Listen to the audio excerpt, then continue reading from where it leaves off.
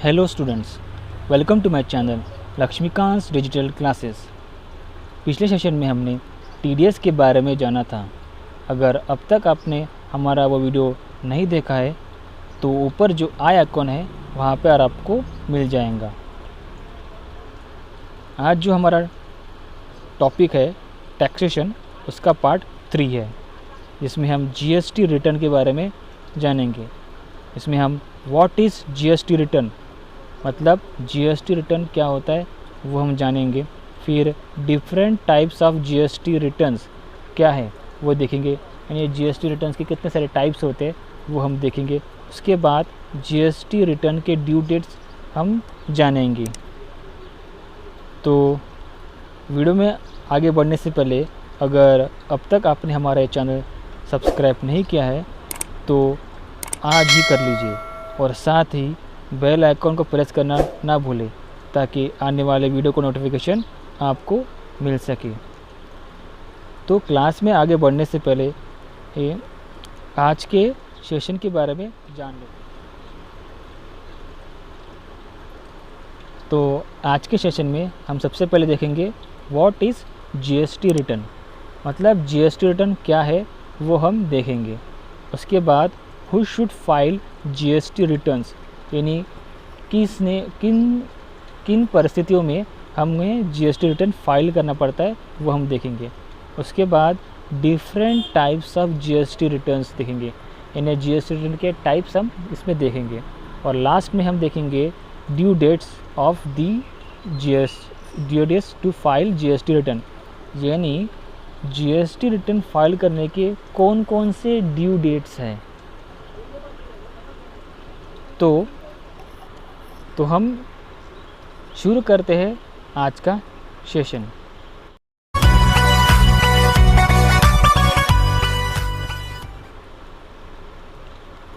सबसे पहले हम देखने वाले हैं what is GST return. Return एक डॉक्यूमेंट होता है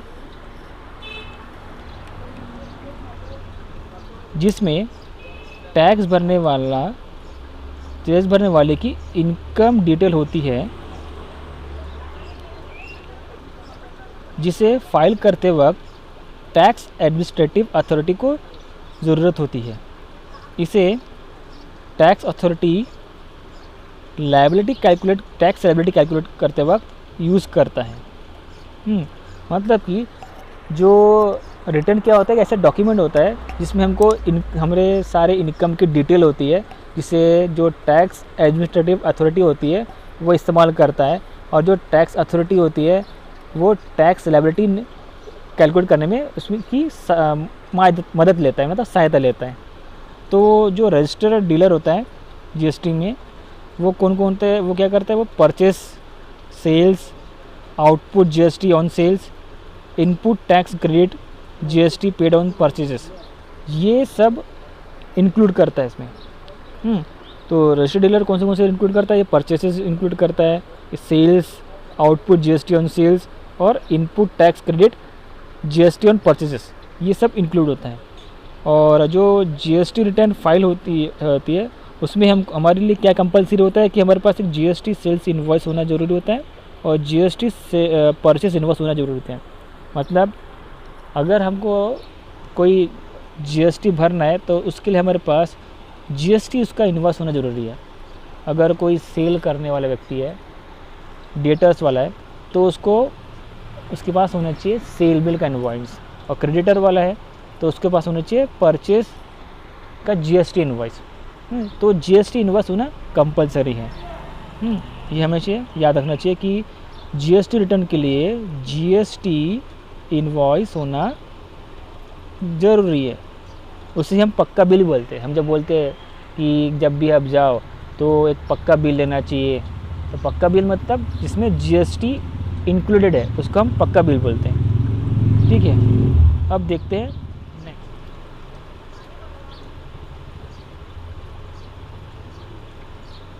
अब है who should file GST return, यानी किसने जीएसटी रिटर्न फाइल करना चाहिए, उसके क्या रूल्स है वो हम जानेंगे। तो जीएसटी रूल्स के अनुसार कोई भी रेगुलर बिजनेस को महीने में 2 और साल में एक एनुअल रिटर्न भरना पड़ता है। ऐसा टोटल करने पर कितना आते हैं, 26 रिटर्न आते हैं साल में। यानी कि महीने में 2 रिटर्न तो भरने पड़ते ही है जीएसटी के, और साल में 1। सो जो 2 को काउंट करेंगे और साल का 1, तो दोनों को काउंट करने पर 26 रिटर्न भरने पड़ते हैं साल में।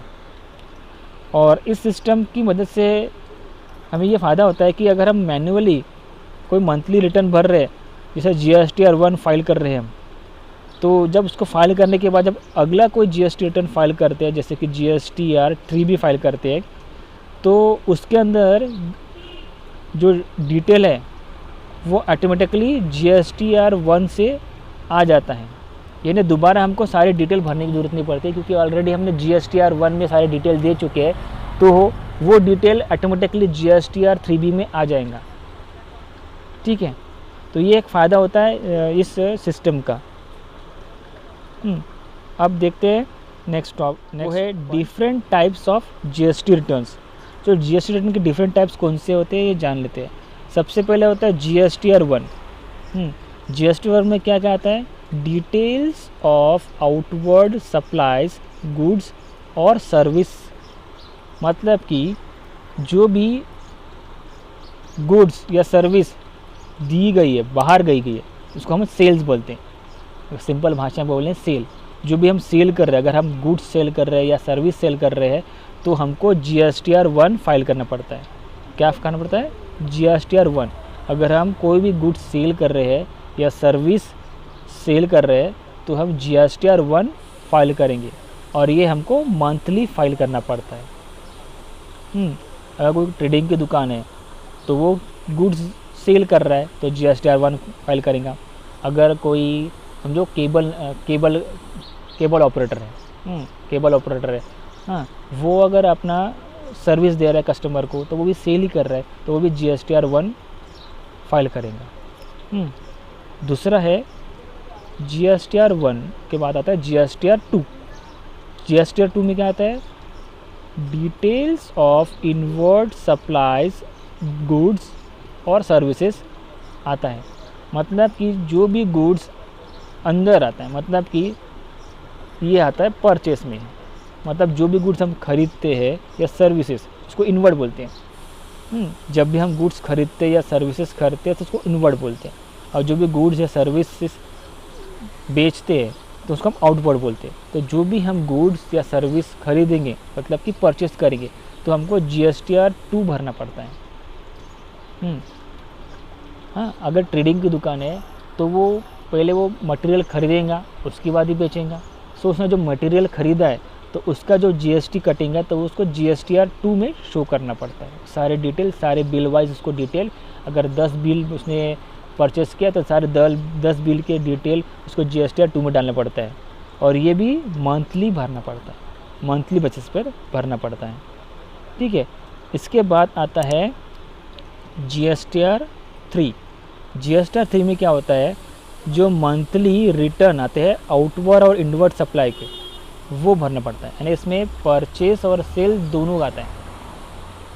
देखो, जो सिर्फ सेल करता है तो वो GSTR 1 भरेगा, जो सिर्फ परचेस करता है वो GSTR 2 भरेगा। लेकिन जो सेल और परचेस दोनों का उसको रिटर्न फाइल करना पड़ता है, तो उसको GSTR 3 भरना पड़ता है, जो कि मंथली आता है। ठीक है, और फिर आता है GSTR 3B, जो कि उसके समान ही है। इसमें क्या रहता है, ये सिंपली रिटर्न समरी होती है आउटवर्ड सप्लायर्स की, जिसमें इनपुट टैक्स क्रेडिट के साथ होता है।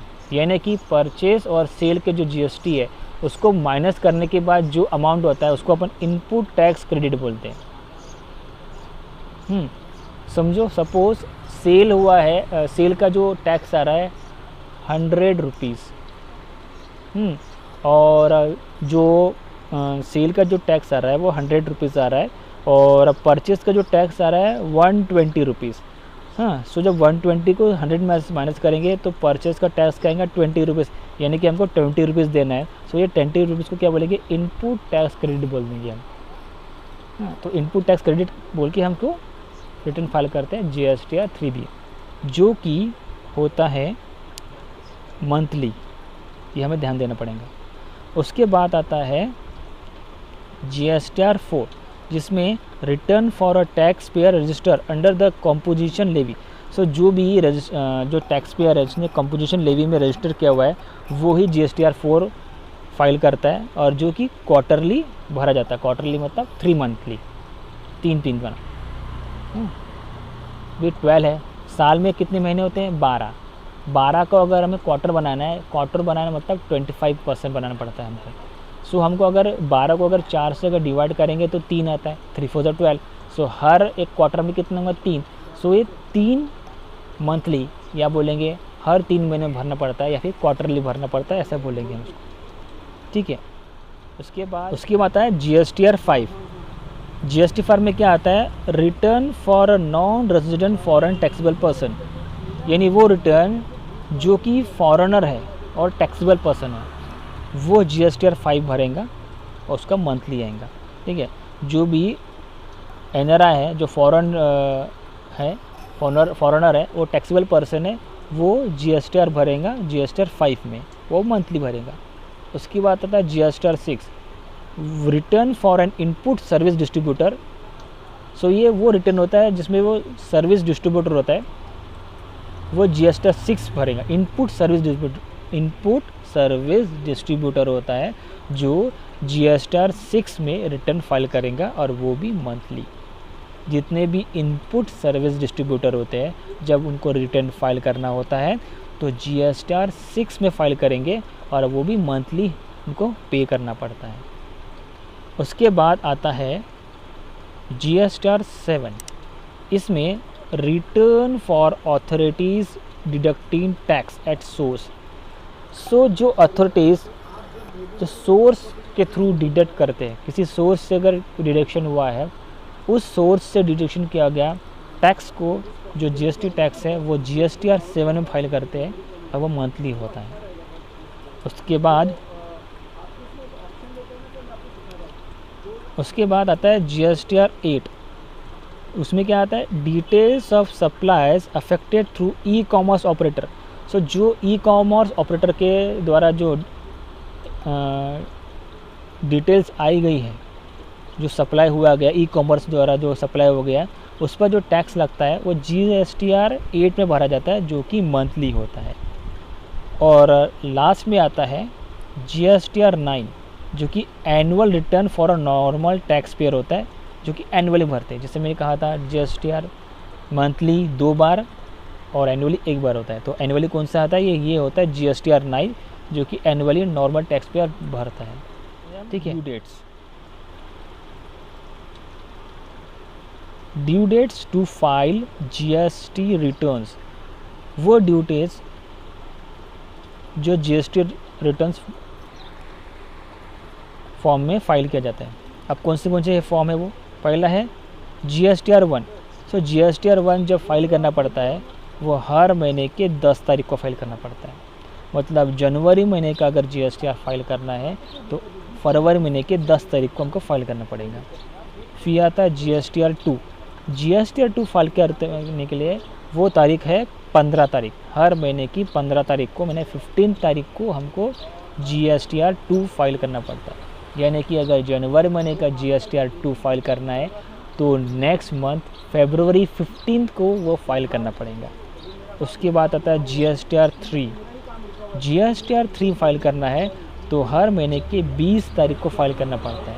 मतलब कि अगर जनवरी महीने का आपको अगर GSTR 3 फाइल करना है तो फरवरी 20 को वो फाइल करना पड़ेगा। फिर उसके बाद आता है GSTR 3B। ये भी 20th ऑफ एवरी मंथ, यानी कि नेक्स्ट मंथ जो यानी समझो जनवरी का अगर हमको GSTR 3B फाइल करना है तो फरवरी के 20 को वो GSTR 3B फाइल करना पड़ेगा।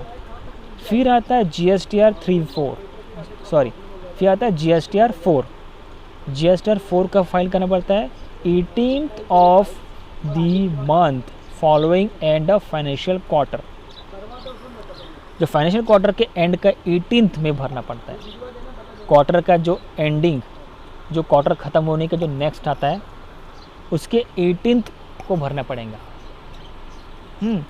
फॉर एग्जांपल जनवरी, फरवरी, मार्च, ये 3 मिला के एक क्वार्टर होता है, तो हमको अप्रैल के 18 को भरना पड़ेगा। ठीक है। उसकी बात है GSTR 5।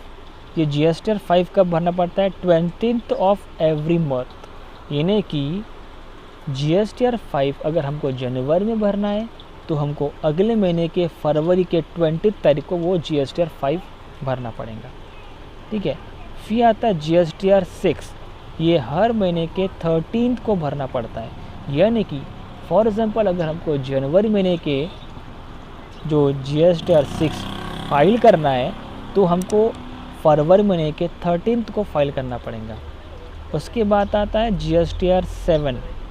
ये हर महीने के 10th ऑफ एवरी मंथ को भरना पड़ता है। यानी कि अगर हमको जनवरी महीने का GSTR 7 भरना है तो फरवरी के 10th तारीख को ये GSTR भरना पड़ेगा। फिर आता है GSTR 8। GSTR 8 हर महीने के 10th तारीख को भरना पड़ता है। यानी कि जनवरी महीने का अगर GSTR 8 भरना है तो हमको फरवरी महीने के 10th को भरना पड़ेगा। और लास्ट में आता है GSTR 9। GSTR 9 भरना पड़ता है 30 दिसंबर को फॉर प्रीवियस फाइनेंशियल ईयर। मतलब कि 2019 का जो हमको GSTR 9 भरना है तो 2020 के 30 दिसंबर तक भरना पड़ेगा। ठीक है। तो हमको ये हमारा जो सेशन था GST रिटर्न के बारे में, आपको ये ज़रूर पसंद आया होगा। अगर आपको पसंद आया तो हमें हमारे इस वीडियो को लाइक करें, शेयर करें और कमेंट करें। अगर आपको कोई डाउट है, कुछ बातें आपको समझ में नहीं आई हो, या फिर ऐसा ही कोई टॉपिक है जो चाहते हैं कि आप हमारे इस चैनल में इंक्लूड करें और ताकि आप उस चीज़ को और समझ सके, तो हमें ज़रूर कमेंट करें।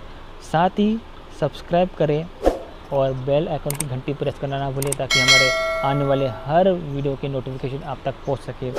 तो हमारा जो अगला जो टॉपिक होगा वो मैं आपको बता देता हूँ, वो है TDS रिटर्न। ठीक है। ये हमारा टैक्सेशन का 4th सेशन होगा। इसमें हम TDS रिटर्न के बारे में जानेंगे और आप ज़रूर इस सेशन को एंजॉय करेंगे और आपको जो डाउट्स है वो इस सेशन में ज़रूर कंप्लीट हो जाएंगे। मैं जानता हूँ कि ये TDS रिटर्न भी आपके लिए बहुत ही इम्पोर्टेंट सेशन साबित होगा। इसलिए मिलते हैं अपने नेक्स्ट सेशन में। तब तक के लिए नमस्कार।